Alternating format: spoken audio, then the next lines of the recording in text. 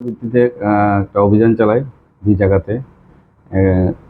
দুখানেই আমরা সাফল্যতা পাই।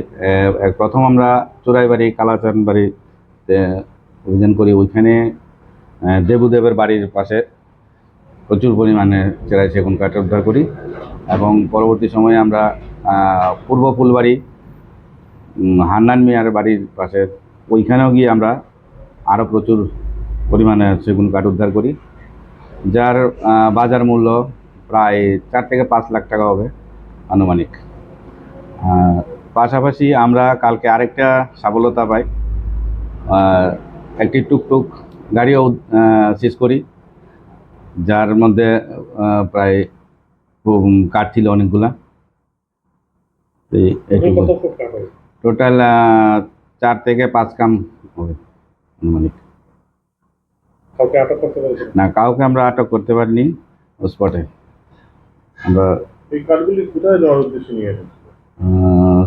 সম্ভবত ত্রিপুরার বাইরে যাওয়ার উদ্দেশ্য ছিল, আসাম ওইসব সাইডে।